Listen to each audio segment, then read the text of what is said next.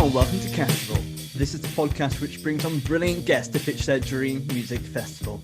My name is Matt Hoss and I'm the host. My job is to guide you through their festival. Today's guest is podcaster, writer, and holy moly, an amazing stand-up comedian who is featured on Live at the Apollo and Moth the Wig and so much more. It's the lovely, formidable, and hilarious Lucy Porter. Hello. Well, you didn't list me as an actor there, Matt. Which I just edited it out just to... Yes. Yes. To our listeners, we were discussing before you joined us the fact that I have acted once in a play. I did 2 lines. Yeah. And in fact, I had 3 lines originally, but one of them got cut. But still to this day, sometimes people say, "Oh, actor and comedian," and I'm like, "Yeah, not getting away with that anymore." I've once acted, and I am a full-time comedian. Yeah, and I was crap. Imagine it says that in your spotlight as well. Yeah, don't cast this woman. Well, welcome to Castival, and thank you for having me. How are you doing today, Lucy?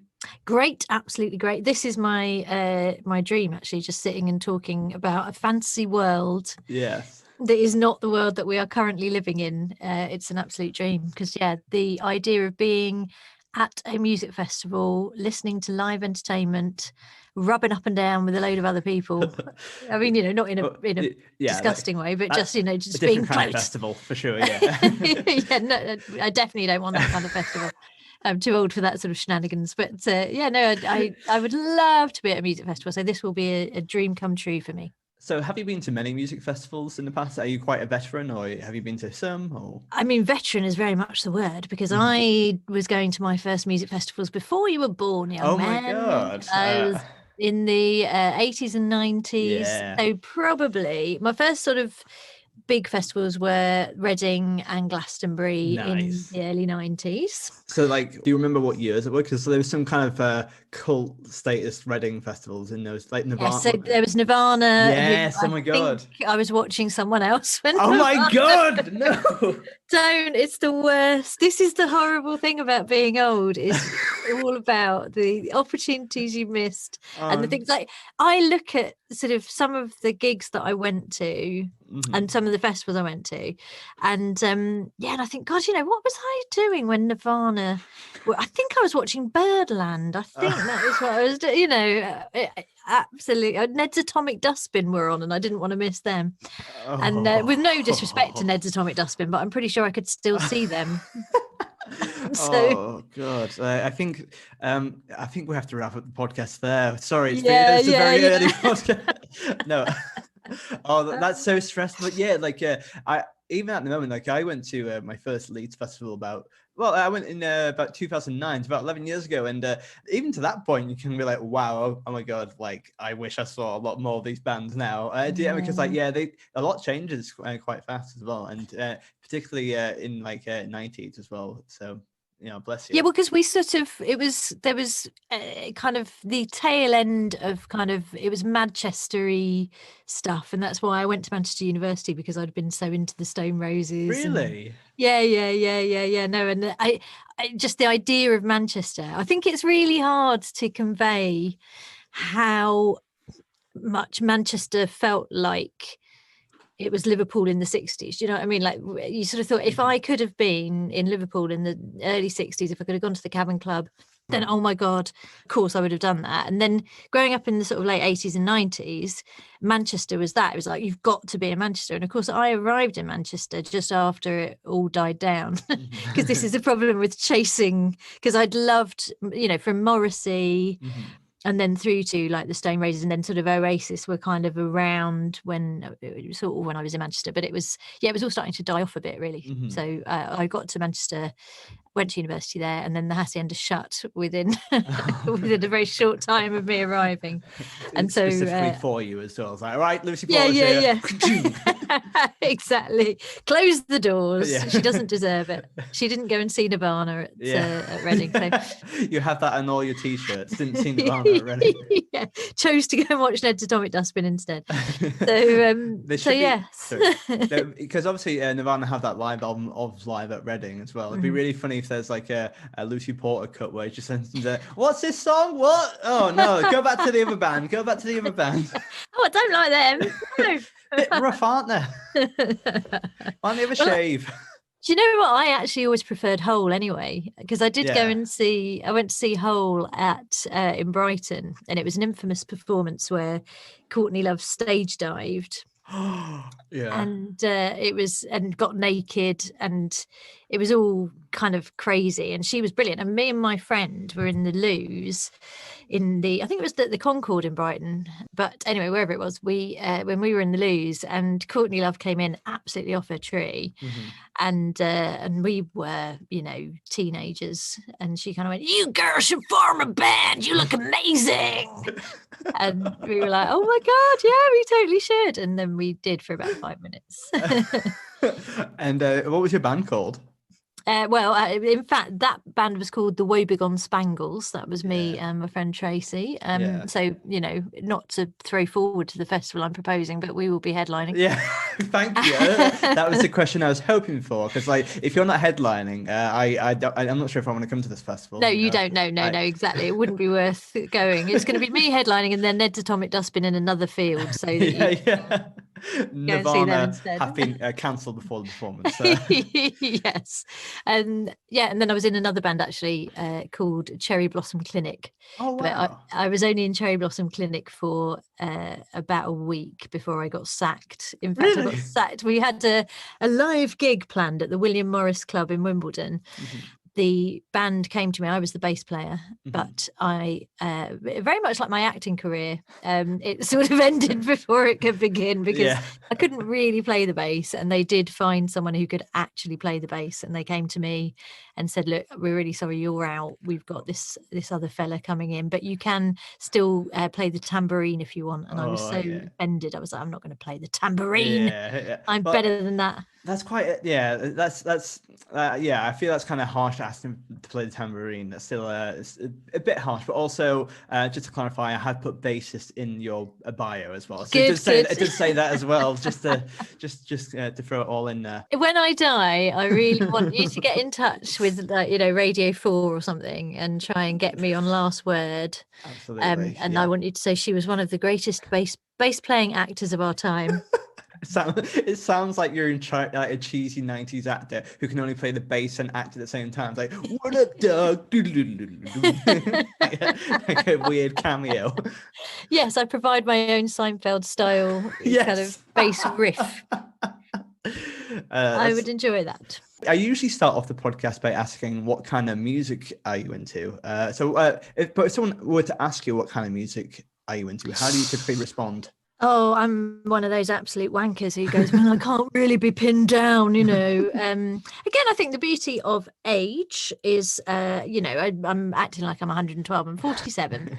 And I would say each decade of my life has brought something new into it. So I started off as a sort of indie kid, and then I got very heavily into Northern soul and sort of soul generally, actually. And then world music was a big part of my life for a time. And now I suppose what I'm into is crap that my children like.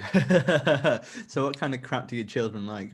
Oh God, I mean, some of it's not crap, some of it's quite good, like Lizzo and Taylor Swift, and the good ones. And then novelty, there's a lot of stuff on YouTube that they like, which are novelty records based around the video game of the moment, and it astonishes me how quickly people come up with these things. So there's a game called Among Us, which at the time of recording, my children are obsessed with, and there's about I would say 50 songs that they play at the moment, which are people's own tributes to Among Us, called things like "You're So Sus," or "Who Is the Imposter?" I actually think that's original by Nirvana, actually. So "You're So Sus." "I Saw You Vent." That was another one that I really. Anyway, so there's some absolute dross on my sort of playlists at the moment, but it's not my fault. Well, yeah, I guess that's kind of the thing which happens when you have a family, or like if you start a new relationship, you might have you kind of intake their kind of music collection as well, and it's kind of it's an interesting integration, I would say, because it's kind of like, Yeah. Okay. Well, I have many, when I was young, I was the kind of girl who would say or do anything to impress a new boyfriend. And so my music tastes have been, I'm quite suggestible anyway. And my older sister, was a huge part of informing my very early musical tastes, because she's a little bit old. Well, she's 10 years older than me. I'm going to say it. So she got into stuff. So when I was 8, she was 18. So she was a member of the Pearly Soul Patrol. So she kind of liked sort of soul funk of the 80s. Yes. And then she went to university and got into indie music. So then that was where I kind of got my indie stuff from. Yeah. And then basically, I spent years kind of pretending to like things that I didn't really like. I had a boyfriend who was massively into Neil Young. Yeah. So for a long time, I pretended to like Neil Young, and I can now be honest and say I absolutely don't. And I'm sorry. Yeah. I'm sure that the exes listen to this and will be very upset. But I think I told him. I think that was my parting shot. I never even liked Neil Young. Oh, what apart from The Needle and the Damage Done. That's the only decent song. Now that's a good way to break up with someone. I don't even like Neil Young anyway. Screw you. Yeah. I'm out of here, and I'm taking my Kylie Minogue record with me. I love, that's a great exit. And my husband now, you see, so we've been together, we've been married for 11 years and together for a bit longer. And I blame him and the children really for the fact that my taste in music is now, I would be embarrassed if I met myself when I was 20. I would be embarrassed to say what I like now, because there's stuff that was irredeemably naff when I was young. Like if you told me that I would listen to Queen, right? Because I used to think Queen were the worst excesses of kind of pomp, cop rock nonsense.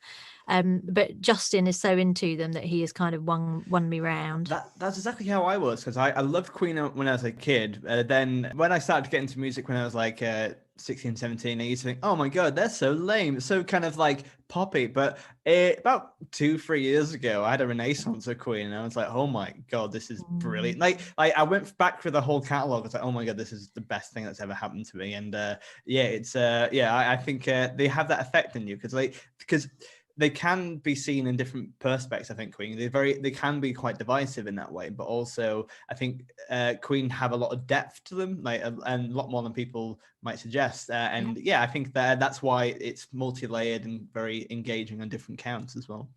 Well, it is, yeah. And but then you see, there's a bit of me that thinks, as I've got older, I've thought, oh, well, it's lovely because your tastes do become more Catholic and you are more forgiving, and and you don't care about being cool, which is the main thing, which is why I can listen to some of the rubbish that my children listen to and go, oh, actually, I quite like that. And my husband's terrible taste in music, which it's appalling. I do look at his gym playlists. Yeah.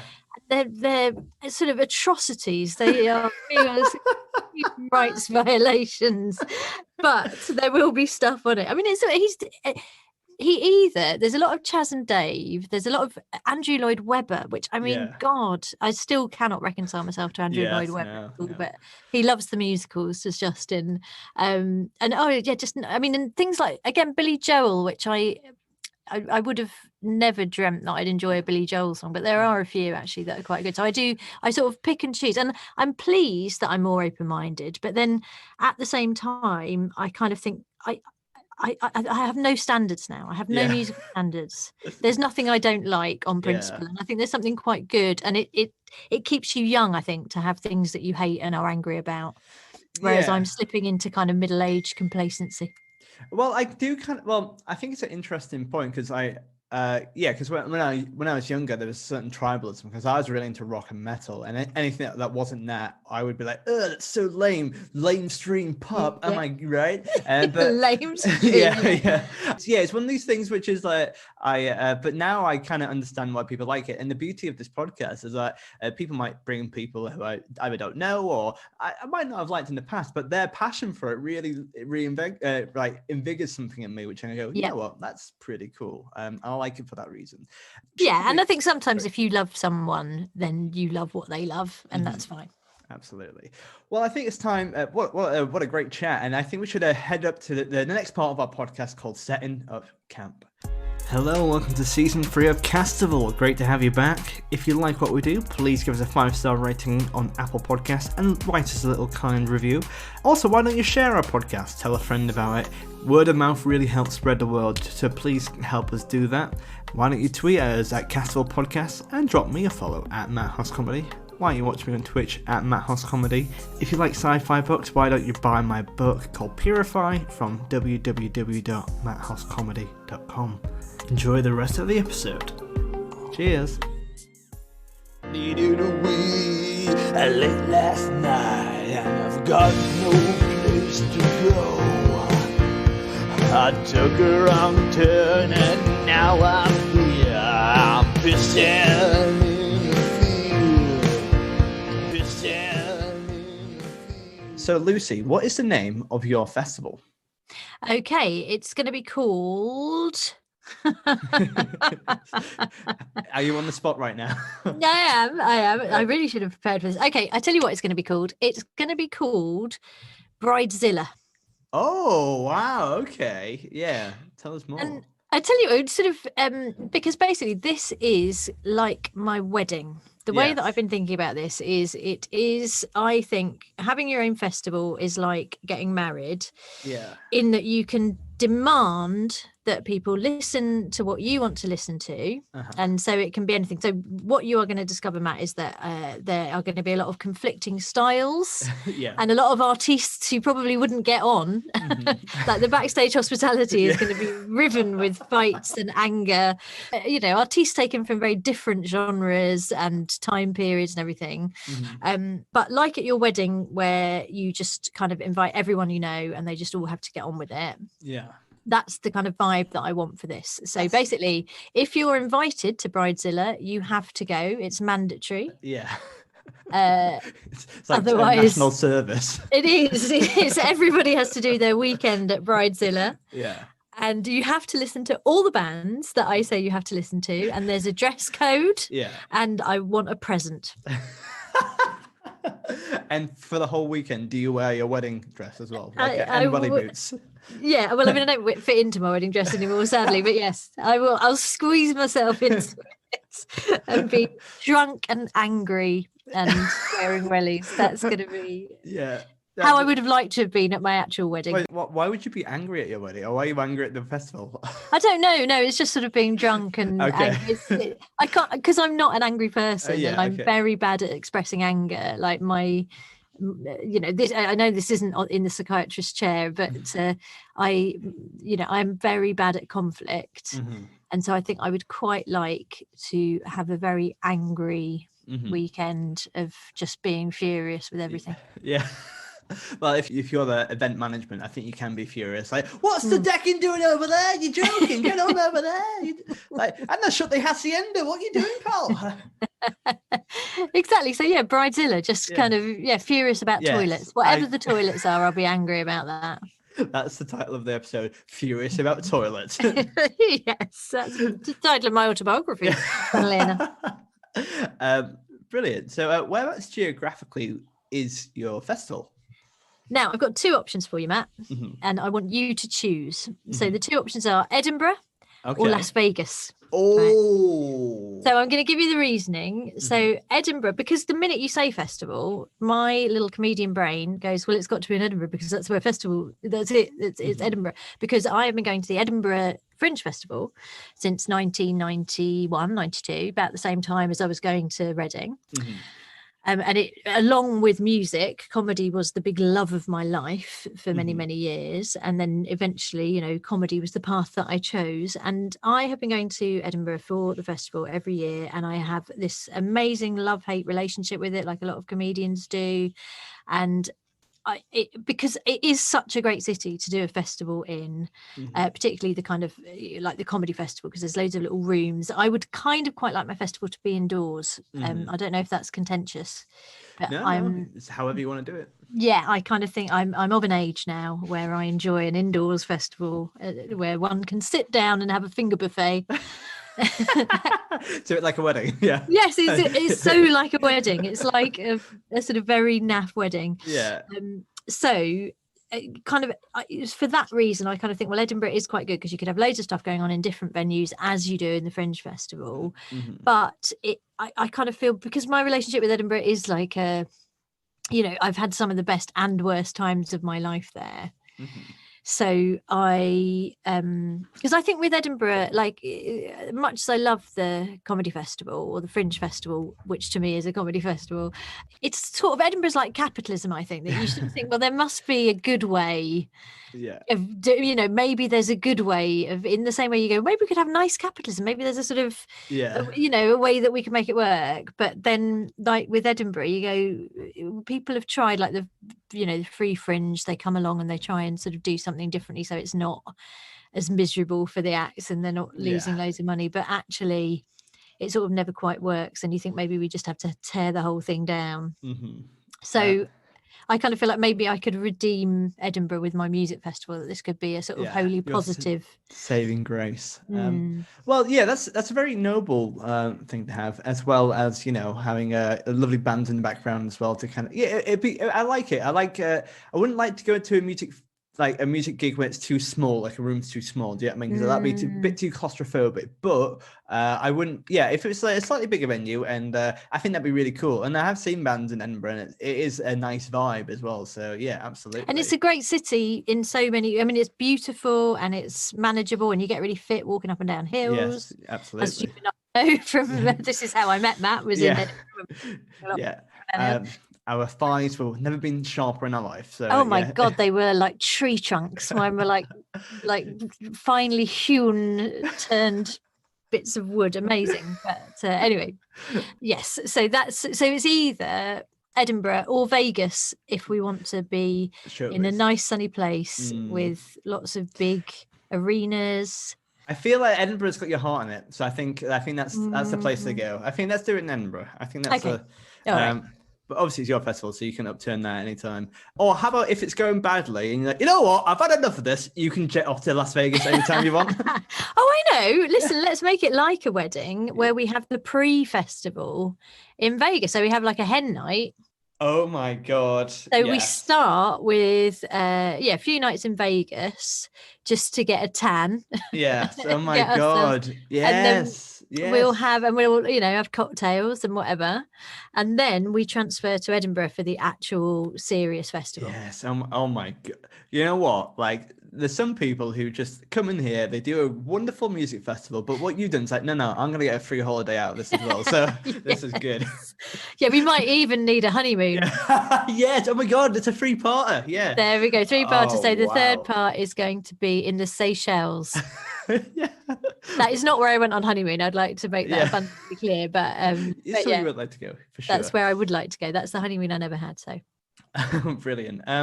So is camping at your festival? Is any camping at Edinburgh, or is it just hotels? I think it's a nice mixture of all kinds of things. I mean, I think we would have on the meadows, we would have a kind of big tented venue like they do, like the Lady Boys of Bangkok always used to have. We'll have that. Then we'll have some gigs indoors, and then we'll have Inverleith Park that can have a sort of stadium built of tents there as well. And the Botanic Gardens, they're lovely. And then down on the docks at Leith, we'll have a sort of seafront element. Wow. Like, honestly, they should charge you to be in charge of the actual festival. This is brilliant. So what is one thing that makes your festival better than anyone else's? Right. Okay. Maybe we should sort of extend this kind of wedding theme in that I think because it is compulsory to attend. And so you will...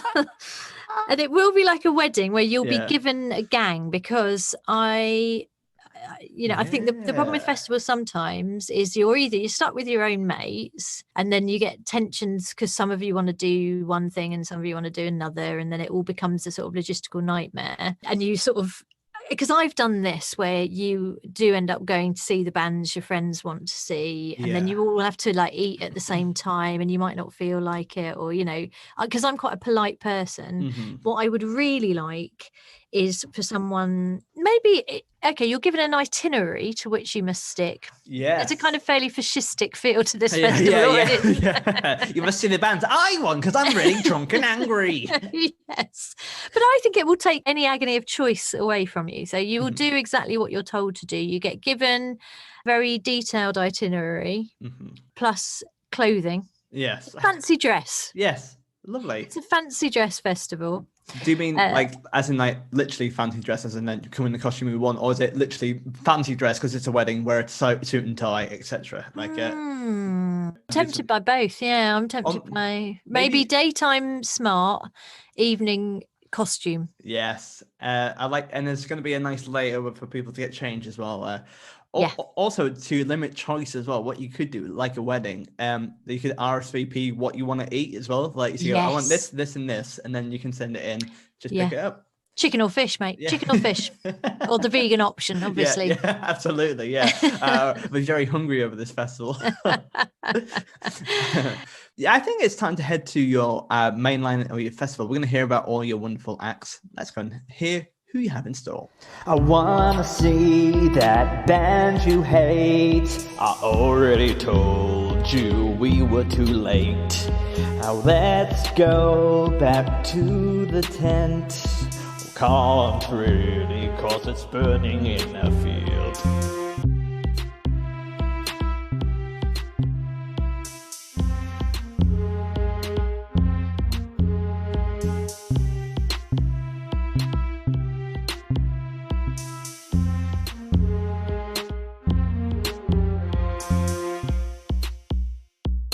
Okay. Do you have 3 days of festivals, or is it over one really? day? Or? Okay, well, I'll tell you what I'll do is I'll do you a typical itinerary that you would be furnished with. So that sounds great. We'll start off on the Friday. Who is the first band to open up your festival? The Friday, what I'm going to do, actually, I've decided, if this is all right with you, Matt, is I am going to make this reflect the eras of my life.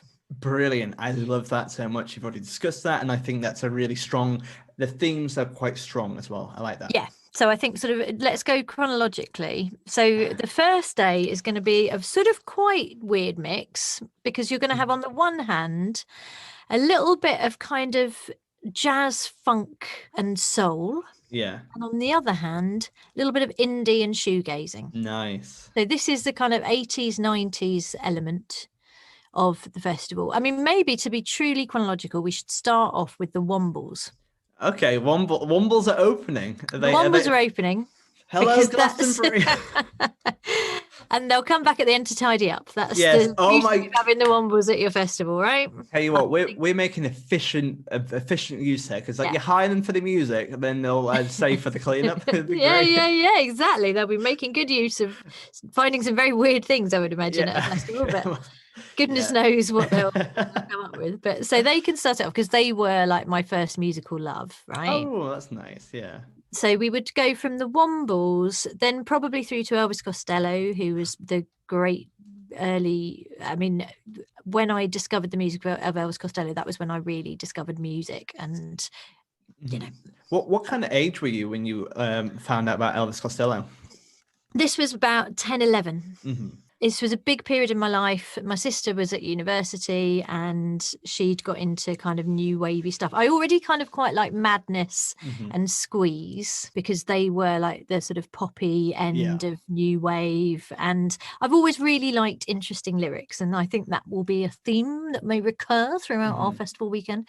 And like Squeeze, I remember Squeeze have got a song called Tempted, which is this song about someone having an affair, and it's very dramatic, and I loved that. It was like a little bit of soap opera for me, and I really loved that song when I was young. And Up the Junction and Pulling Muscles from the Shell, because all their songs were like little stories, and I've always loved a good story.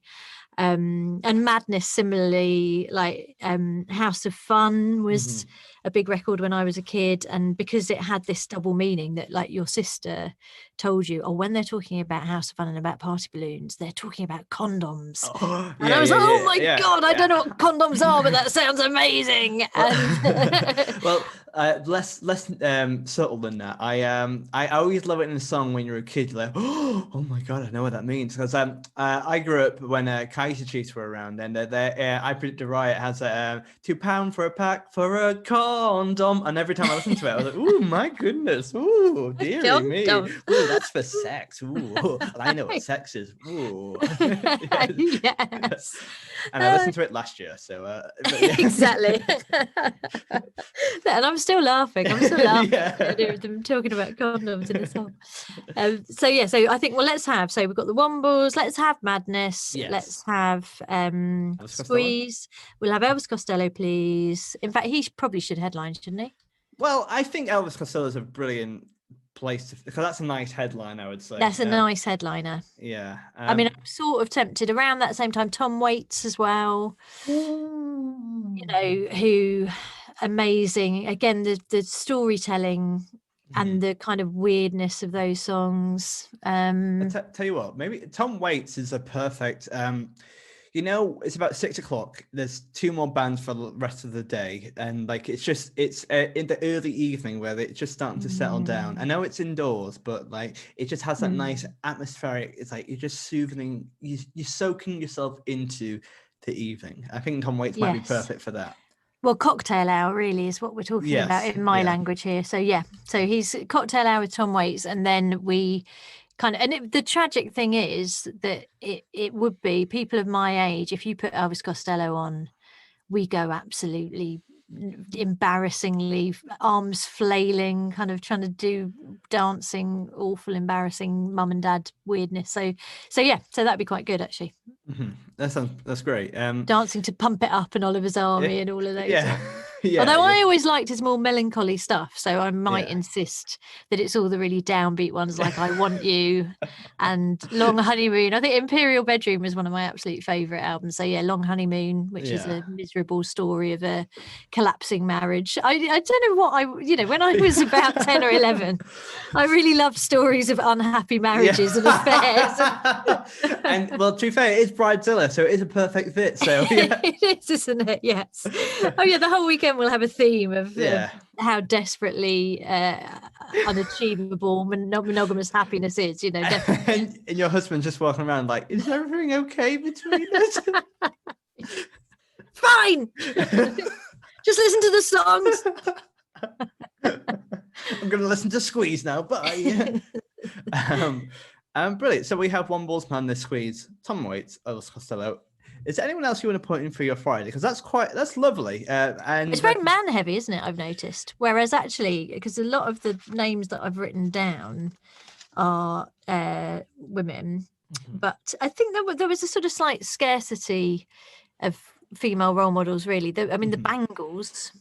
Yes. Ooh. They can go on because Susanna Hoffs was the woman we all wanted to be. I tell you what else there was, which I really liked in the 80s, was there were a lot of very good female singer-songwriters. So I would say Tracy Chapman, K.D. Lang, Michelle Shocked, Suzanne Vega, Sunita Tikaram. So those were the kind of the sort of female role models I had. And then there was a lot of good female pop as well, because Kylie was great, but I think because I was a little bit wanted to prove myself as an indie kid, and I'm not into all that kind of commercial pap, then I didn't appreciate Kylie and stuff so much at the time as I do now.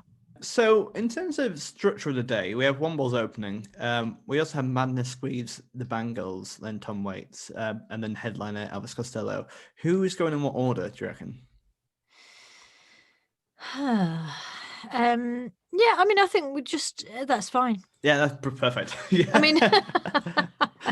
I'd love to be a bit more meticulous. No.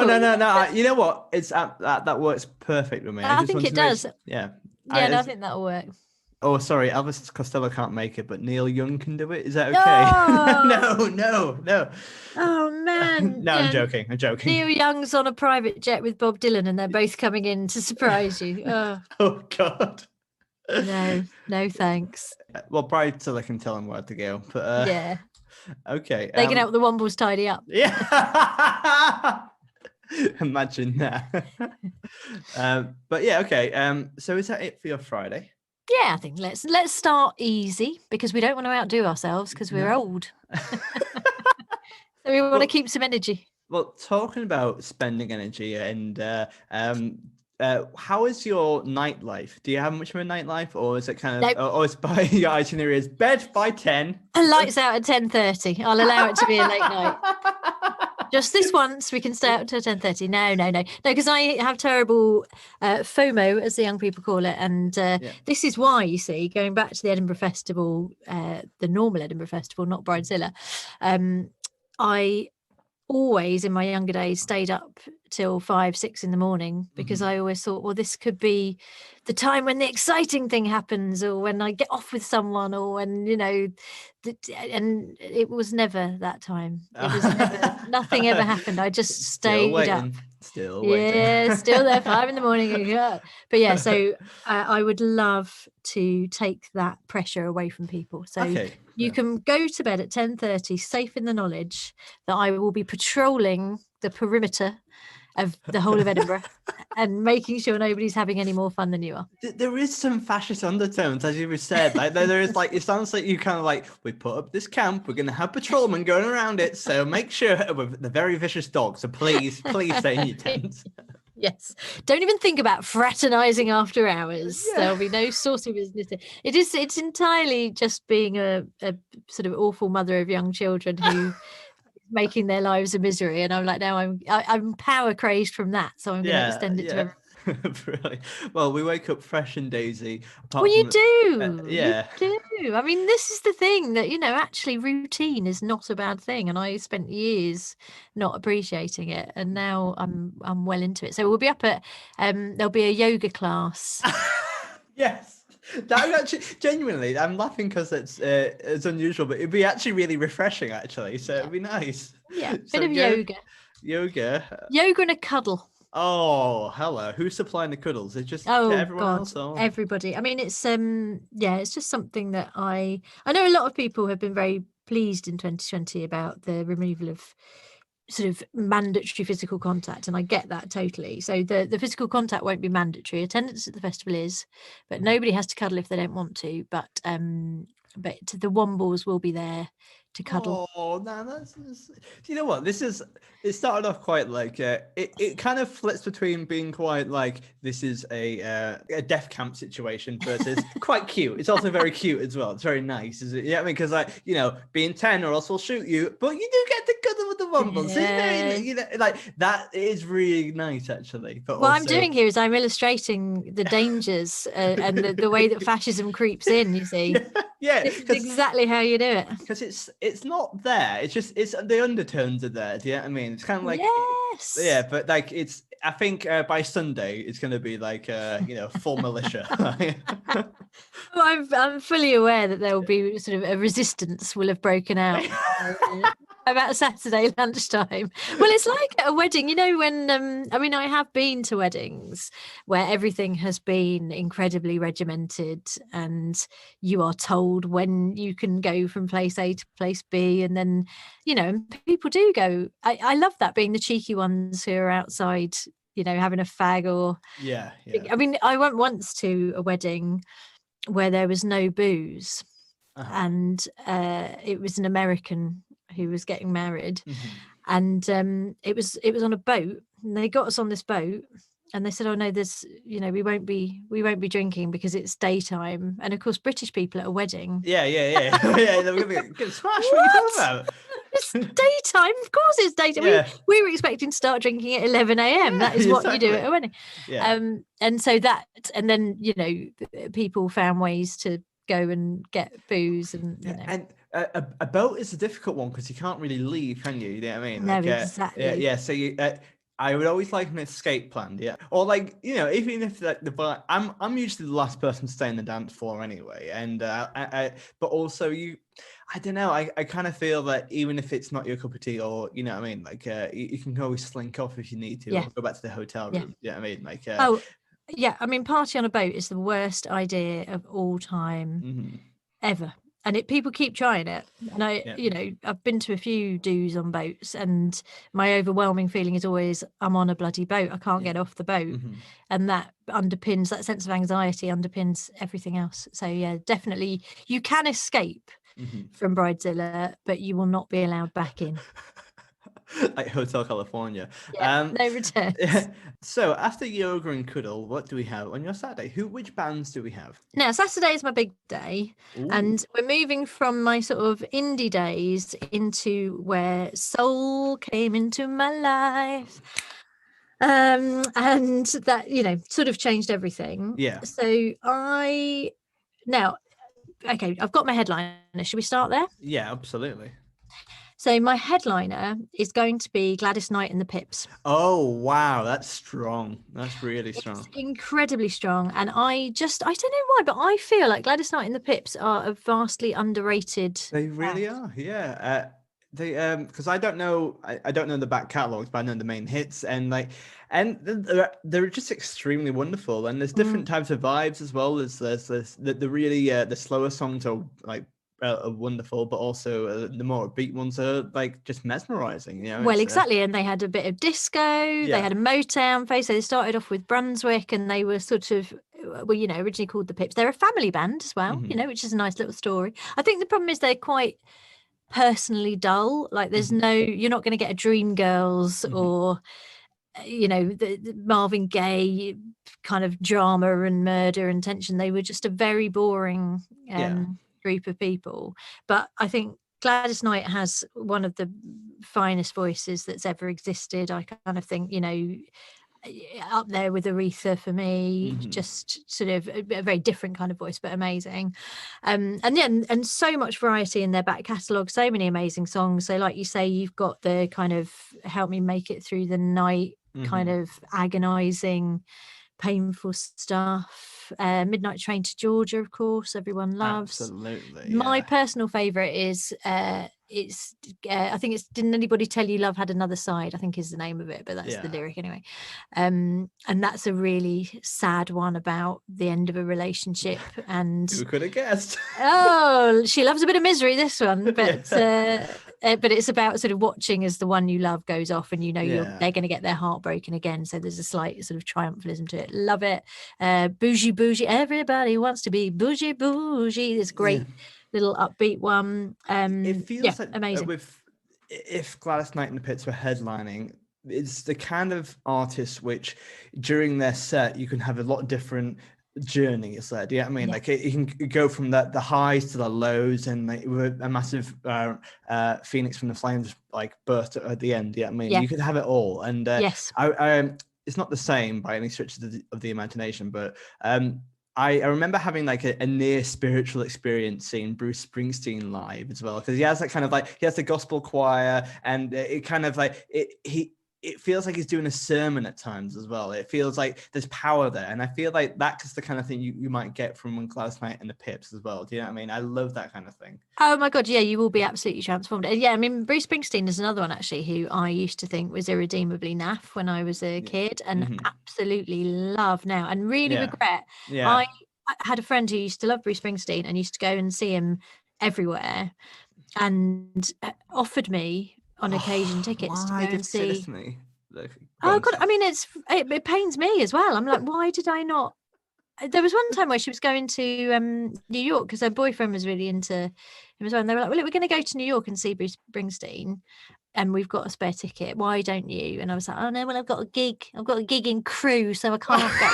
Oh no. What an idiot. What an absolute idiot. Anyway, but yeah, so the thing that annoys me most about that, Lucy, is not necessarily you in that story. So I've definitely done that to myself as well. Like not necessarily Bruce Springsteen, but it's been another band like, oh, my friends, you want to go and see this and have a nice time with friends? No, I got to go to Leith to do a gig for no money and there's not going to be anyone there. I'll drive for 18 hours. Do you know what I mean? It's like that's the kind of thing like when I started doing the open mic spots, I would do, and my friends had to be like, you're not going to drive 6 hours to do a gig for no one. I was like, I might do. It's like we can go to Glastonbury if you want. It's the stupid choices we made for comedy, but that's because we love it. And we do. You know, we had to do it. But yeah, so I mean, I really regret that. The times though, sometimes, you know, when you do go and see someone that you like, so Dolly Parton, right? Mm-hmm. I finally got to see Dolly Parton. And I think I'd built it up too much. You know, when you're too excited about seeing someone and they could never live up. And it was amazing and she was brilliant. And I did feel really moved. But then I kind of think I'd expected something. Maybe this is what my worry is with Gladys Knight and the Pips, is that I'm going to be thinking, oh God, this is going to change my life, finally seeing Gladys Knight and the Pips live. Mm-hmm. But maybe I won't go. Maybe it'll be like Nirvana where I'll go and do something else. Sweet Lord. Right. I think you're the first person to go, you know what, we're going to have a dream festival, but I'm not going to turn up to see the headline I really want to see. Because it might be just a little bit, although sometimes, but I did see Paul McCartney and that was another really sort of amazing, moving one. Mm-hmm. So yeah, sometimes it works out. Sometimes you go, oh God, yeah, this is everything I dreamed it would be. The Who, that was a very good one as well, which I didn't even really like The Who, but they were phenomenal. They were what I sort of thought they should be, kind of thing. Mm-hmm. Anyway, so Gladys Knight in the Pips. So who else is on your Soulful Saturday? Well, there's a bit of soul and a little bit of country, actually. Oh, hello. So because Gladys Knight and the Pips, I was thinking, obviously, Help Me Make It Through the Night was one of their big hits, and that is by Chris Christopherson, who I adore, and I think is one of the best songwriters, writes some brilliant story songs. So Chris Christopherson will be there, also representing country. Let's have Dolly Parton. So I can see her again and then be a bit more relaxed about it. And Tammy Wynette, who I met shortly before she died, which was, that was a dream come true. Oh, bless. And how was that experience for you? Well, I mean, she was a bit stressed, to be honest. Yeah. Was she a bride at a festival? She had a sort of bride energy about her. She was going on a TV show that I was working on, and she was quite stressed about that. But it was more the fact that I could say that I had met her. So and Graham Parsons I would like. Oh, brilliant. So that's the sort of country element. Yes. Is there any other bands you add to your Saturday? Or well, Emmylou Harris as well. Obviously, actually, if we're having Graham Parsons, we've got to have Emmylou Harris with him. And then, so soul-wise, I'm going to add Betty Swan, who is one of my absolute faves and is a little bit unknown generally. I think she's not as well known as she should be. So when I was young, I got an album it was half Betty Swan and half Candy Staton. Oh, that's interesting. And it was sort of their early work, and it was brilliant. So there's These Arms of Mine is a great Betty Swan intro for anyone who doesn't know her. So Betty Swan and Candy Staton we can have. Brenda Holloway I would have. Dusty Springfield was a huge... Dusty in Memphis, that album changed my life. I mean, Stevie Wonder should be a headliner. I've just thought of all the people who I've really obsessively listened to over the years. I've probably listened to more Stevie Wonder than anything else. So you mentioned Dusty Springfield and Memphis, and obviously you say that you obsessively listen to these soul bands. What does soul mean to you, and why were you so invested into it? Why do you think it was what attracted you to soul? I think because I am someone who is incredibly repressed and does not talk about emotions easily, or I'm getting better, but I certainly I don't like conflict, drama, tension, any of that stuff. And the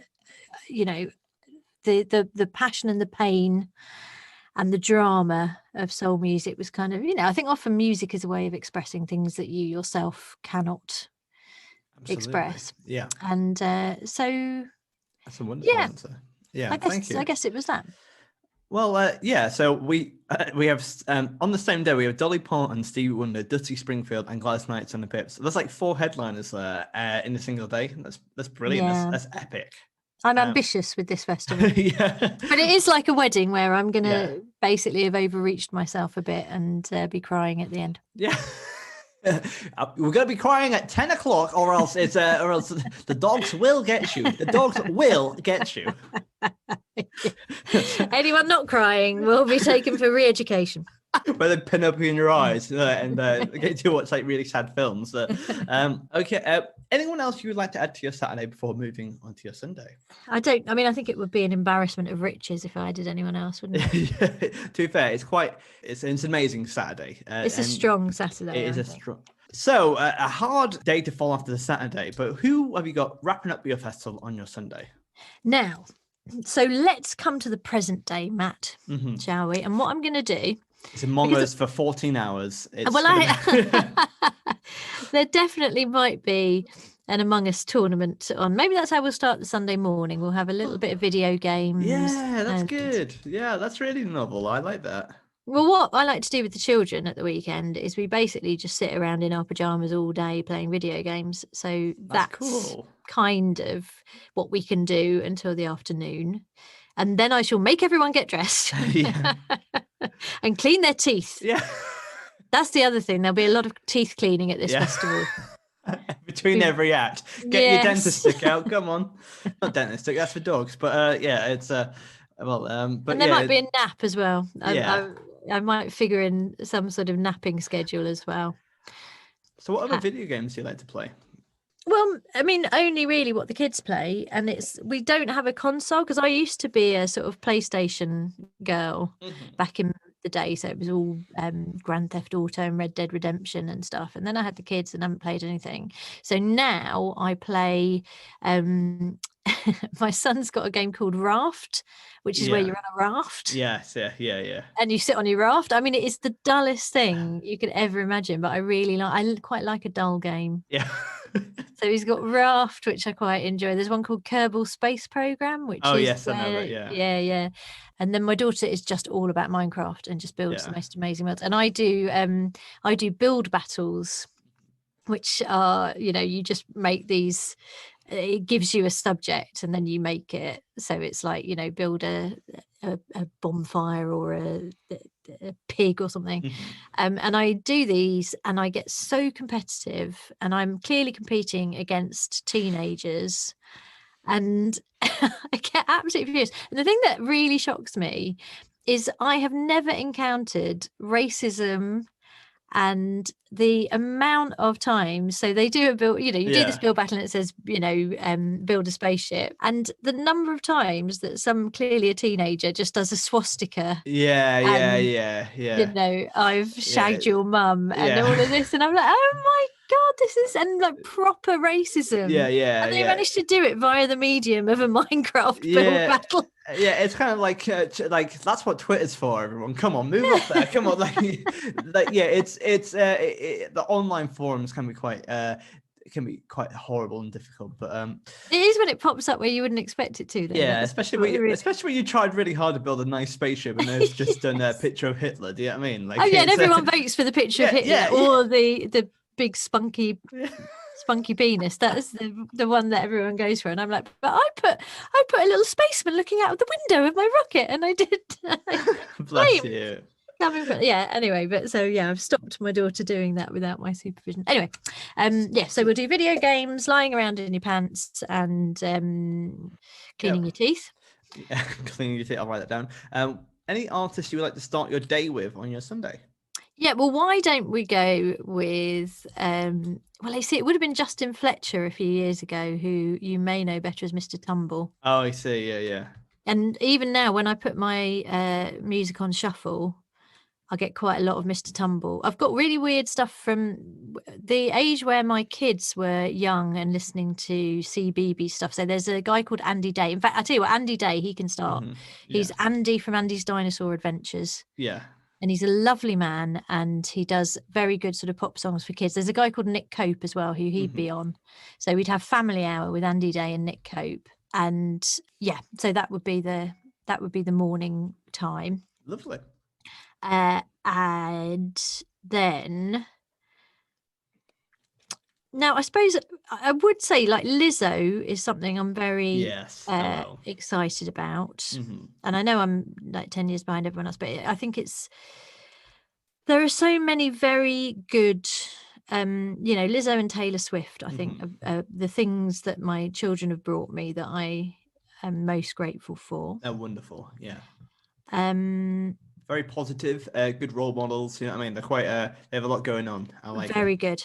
Very, very good. And exactly what I could have done with when I was a gal, I think. Because I get very jealous of younger women, because I think when I was growing up, it was still an era where as a woman you were expected to be very sort of self-deprecating. And as a comedian, I've always been one of those who I really put myself down, and it's like get in first before everybody else does.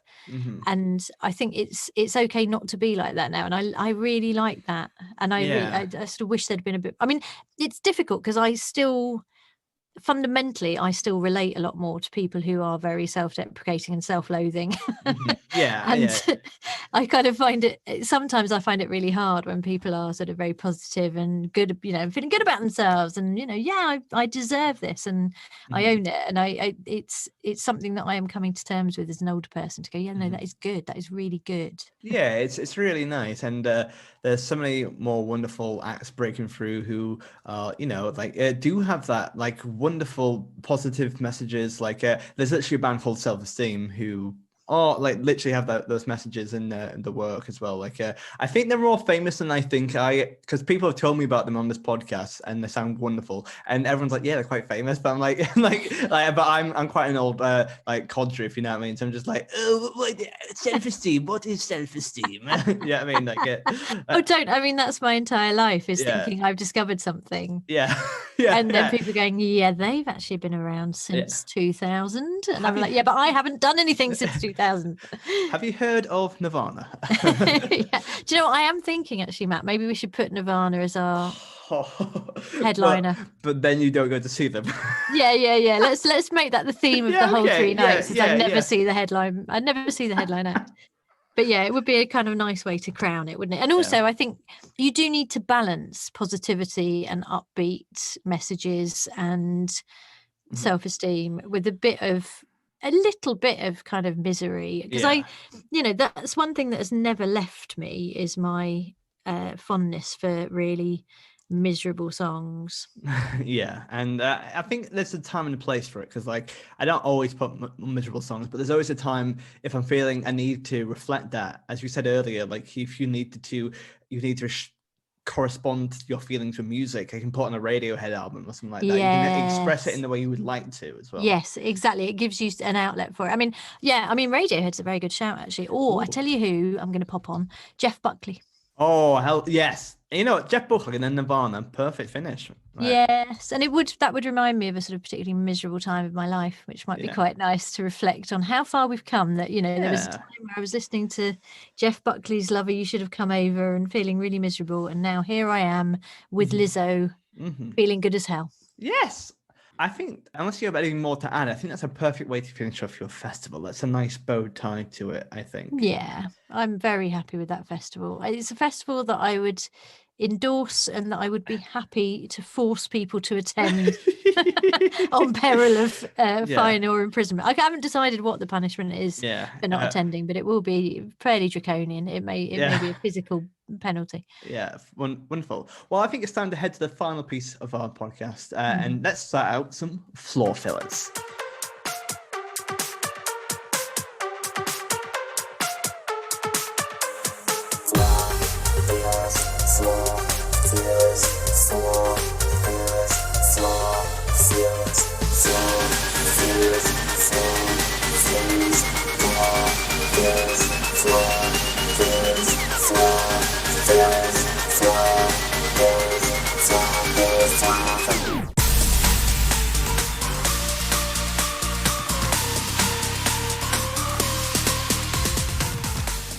As with event management, things are bound to go wrong. So here are a couple of hypothetical questions that Lucy has to deal with in a manner that she sees fit. So your first one is, Oh my goodness, someone's running late and you need to fill for time. But fortunately, one of your favorite celebrities is willing to do a DJ set for you. They don't need to be a DJ, but which celebrity would you pick to do a DJ set for you? Well, it will be a DJ, and I know exactly who it will be. It will be Lisa Tarbuck, who's hello on Radio 2. She plays the best music, and if she, I don't always like to sort of say it's sexism, but I think in this case it really is. If she was a bloke, then everyone would go, "Oh my God, what an amazing sort of curator of music this is!" And she'd get a show on Radio 3, sort of late junction style thing, or 6 Music. But she, I think, is incredibly. Not only is she obviously brilliant at the chat and everything, but her music taste is so great, and she should have shows on every channel. Lisa Tarbuck's a brilliant show. I can imagine her like dropping some acid at 5 o'clock and just going through it as well. That's what she does before a Radio 2 show. People don't know it. Yeah, it's a secret of BBC Radio. Oh no, Gladys Knight and the Pips have cancelled last minute. Who do you get to replace them? There is no replacement, but I suppose I could be on the phone to Dionne Warwick. Oh no, or Whitney Houston. Yes. Bring back Whitney. Let's bring back Whitney. Another big voice, and taken too soon. R.I.P. She's with the Angels now.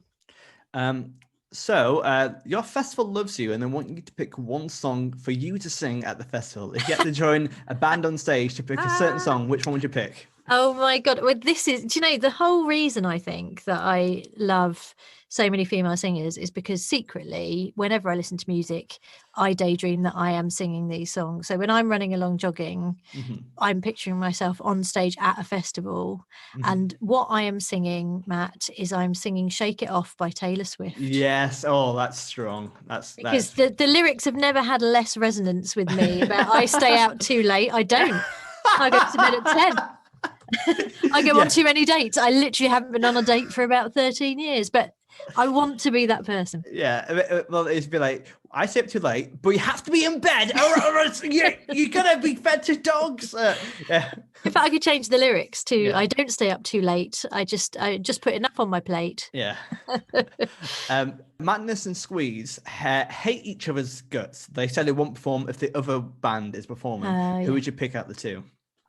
Oh, I would go for Squeeze because they feel like they'd be a bit more easygoing. See, I'd be worried that even if you kicked Squeeze out, Madness would still kick off. You'd still get residual anger. Well, and the final question, Lucy. Your fans are in the mosh pit, so they're crowd surfing, and they're doing something called the Lucy Porter. What do you think that might be? Well, there will be no mosh pit and there will be no crowd surfing because that sounds incredibly dangerous. So if they're doing the Lucy Porter, what they will be doing is they will be sitting down and plaiting each other's hair. Yes. in a calm way. Oh, what a perfect way to finish off this festival. Thank you so much for joining us, Lucy. No, it's been such a pleasure. I've enjoyed it. Let's do another one soon. I'll do Bridezilla 2. Yes, that'd be great. You're welcome. The divorce. And where can people find you online? And would you like to plug anything before you go? I have nothing to plug at all. But I'm gonna watch your Twitch stream, Matt. So let's plug that. Well, thank you so much. Well, you can follow me there at Matt Hoss Comedy. And you can also follow us at Castival Podcast on Twitter. And also you can email us with your own festival lineup or any other correspondence to castivalpodcast@gmail.com. It's going to be great. But please join me in saying a massive thank you and a glorious festival to the wonderful Lucy Porter. Thank you. Thank you. Bye.